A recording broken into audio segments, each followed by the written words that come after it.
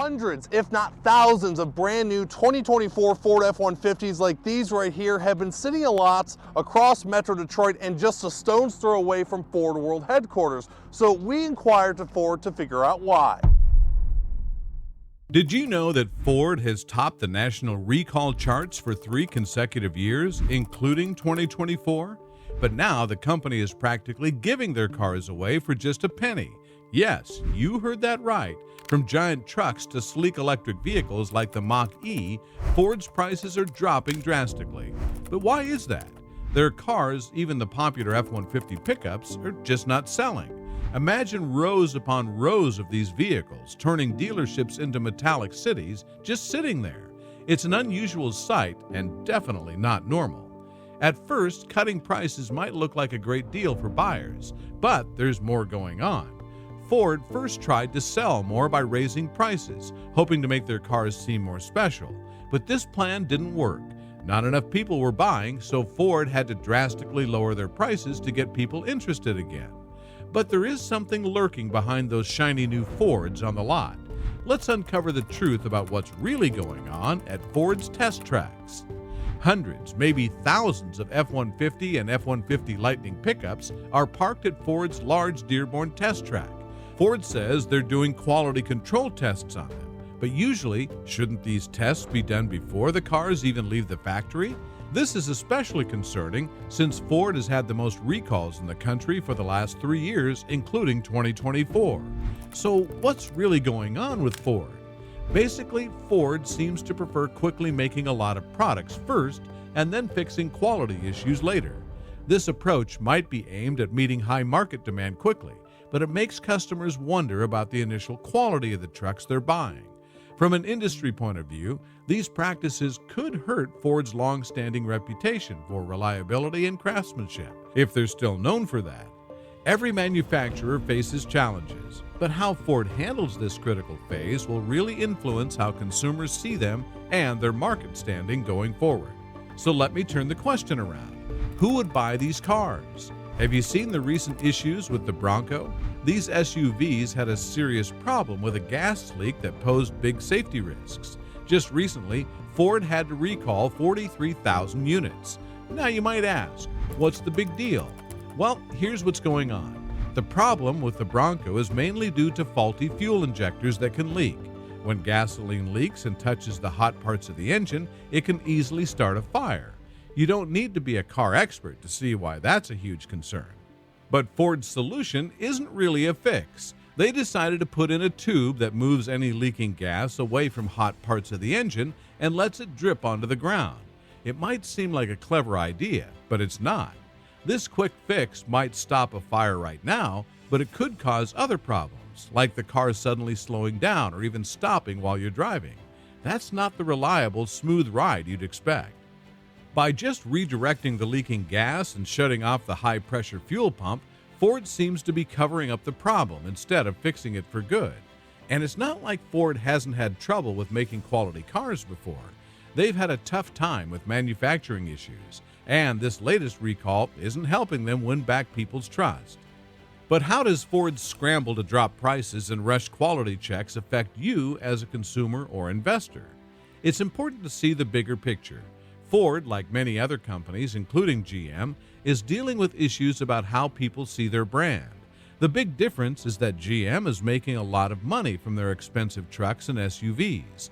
They seem to have more control over their operations. Both GM and Ford, along with other electric vehicle makers like Fisker, Canoo, and Workhorse, have faced their own challenges. For instance, Fisker alone had to deal with about 40,000 order cancellations. Whether you're thinking about buying a car or investing in these companies, these issues are key to consider. When you look at the numbers, it can be a bit confusing. For example, in 2023, Ford had a big moment.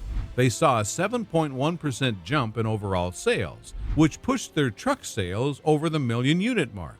That's a 13% increase from before. But here's where it gets weird. Even though they sold more, Ford's share of the market actually went down to 13.3% by the end of the year. What does this mean? To really understand, we need to dive deep into the car industry. Market share isn't just about how many cars you sell. It's also about how well you're doing compared to your competitors. While Ford did great in terms of selling more cars, changes in the competitive landscape might have caused their share of the market to dip a bit. But how did they manage to sell more? There's a secret to it, and it's pretty surprising. That 7.1% increase in sales came from a special strategy Ford brought back, a dealer incentive program called Stair Steps. This program works simply. The more trucks dealers sell, the bigger the rewards and incentives they get. Ford is offering huge bonuses for every 2023 F-150 sold, and if dealers hit certain sales targets, those bonuses get even bigger and more attractive. With such incentives, dealers are pushing hard to sell these trucks fast. This creates a sales frenzy. But when the focus is on selling as much as possible, sometimes customer satisfaction can take a back seat. But who comes out unharmed from all this? You guessed it, dealerships. Now, let's talk about Ford. They're in a bit of a pickle. Right now, Ford is losing a ton of money on every electric car they sell, about $36,000 per car in the last part of 2023. Despite this, they're still pushing hard to sell more electric cars. Last year, they lost $4.7 billion trying to make their dream of electric cars a reality. And this year, they might lose even more, up to $55 billion.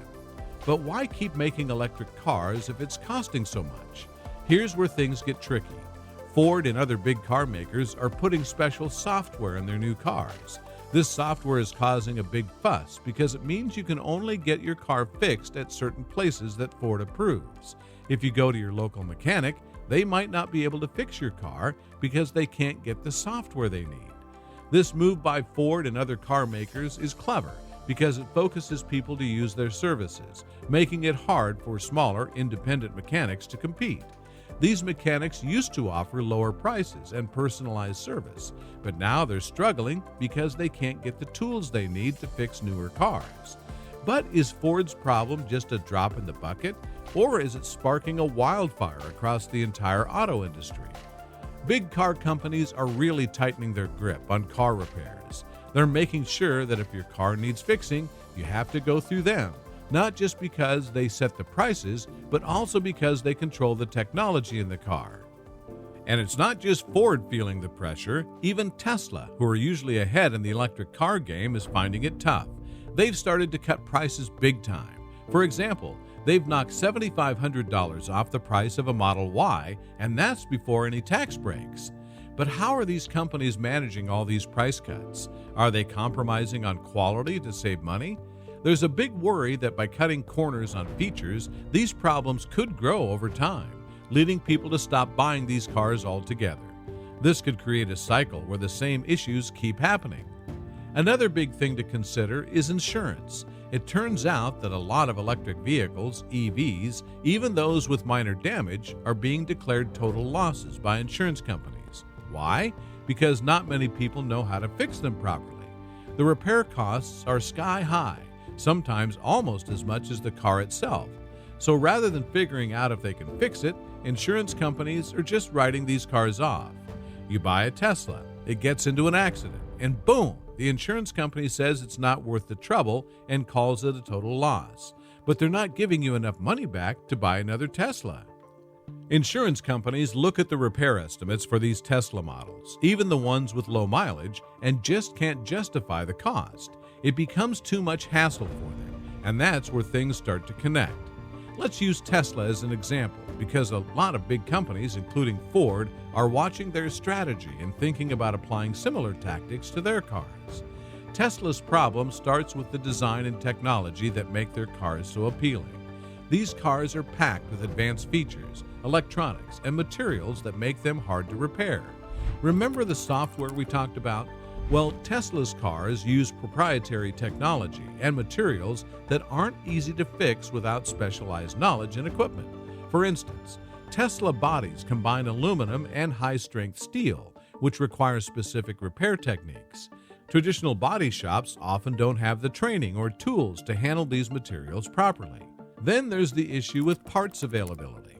Tesla parts aren't as readily available as those for more conventional vehicles.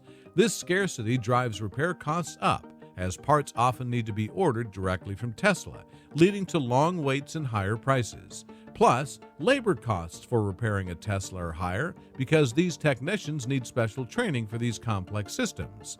The battery systems, in particular, are very sophisticated and sensitive. Damage to the battery pack can be expensive and complicated to fix, often leading to a decision to write the vehicle off entirely. Insurance companies really want to save money and avoid risks, so when they see a car repair that might cost over $50,000, they often choose to call the car a total loss rather than pay for those pricey repairs. And fixing these cars isn't quick. It can take over 3 months. During this time, the insurance company has to provide a rental car for the owner. Imagine how expensive it gets when they have to do this for lots of claims. This way of doing things saves money for the insurance companies, but it puts car owners, especially Tesla owners, in a tough spot. If your Tesla is totaled, dealing with the insurance can be a real headache. Plus, the money you get from the insurance might not be enough to buy a new Tesla. Once your car is considered a total loss, your insurance costs might go up, and getting affordable full coverage for your next car could be tricky. But this isn't just a Tesla problem. It's something all electric vehicle companies are dealing with. But Tesla is trying to make things better. They've been opening more service centers and launching mobile repair units to fix cars faster and more conveniently. They're pushing hard because being on top in the market can mean big profits. If you liked watching this video, you should also watch this video. EV Market Implosion. Shocking report reveals all.